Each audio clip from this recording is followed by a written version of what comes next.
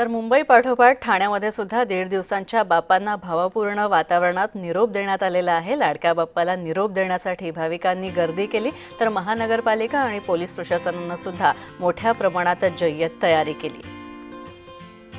तर आमचे ठाण्याचे प्रतिनिधी कुणाल भुईटे आमच्यासोबत जोडले गेलेले आहेत। तिथे जाऊया, थेट त्यांच्याकडे जाऊया। कुणाल, ठाण्यात काय वातावरण आहे? ठाण्यात सुद्धा कशा प्रकारे विसर्जनाची व्यवस्था करण्यात आली आहे?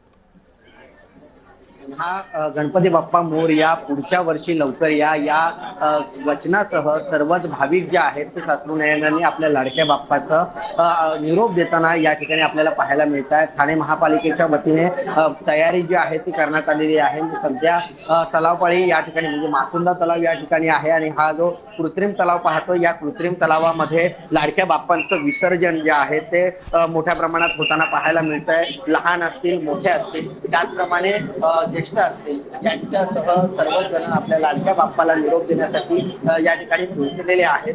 खरं तर 1.5 दिवसांचा हा बाप्पा आहे आणि 1.5 दिवसांच्या या बाप्पाच्या विसर्जनासाठी अलोट गर्दी जी आहे ती या ठाण्याच्या मातुंदा तलावावरती झालेली पाहायला मिळते।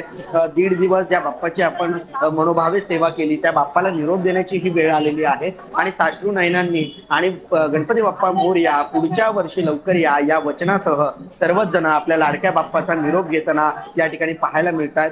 त्यामुळे एकंदरीतच उत्साहाचं वातावरण ज्या पद्धतीने आहे त्याच पद्धतीनं भावपूर्ण वातावरण देखील तेवढ्याच मोठ्या प्रमाणात आहे। कारण ज्या लाडक्या बाप्पाची आपण 1.5 दिवस पूजा केली, तो लाडका बाप्पा आता त्याने निरोप घेतलेला आहे। त्यामुळे उत्साहासोबतच भावपूर्ण वातावरण देखील या विसर्जन घाटावरती असलेलं पाहायला मिळत आहे। नक्कीच धन्यवाद या सगळ्या अपडेट्स बद्दल कुणाल। तर आपण पाहतोय की ठाण्यात सुद्धा 1.5 दिवसांच्या बाप्पांचं विसर्जन कृत्रिम तलावात करण्यात आलेलं आहे आणि सुरक्षेच्या दृष्टीने अगदी सगळी पुरेपूर काळजी पालिकेतर्फे घेण्यात आली आहे।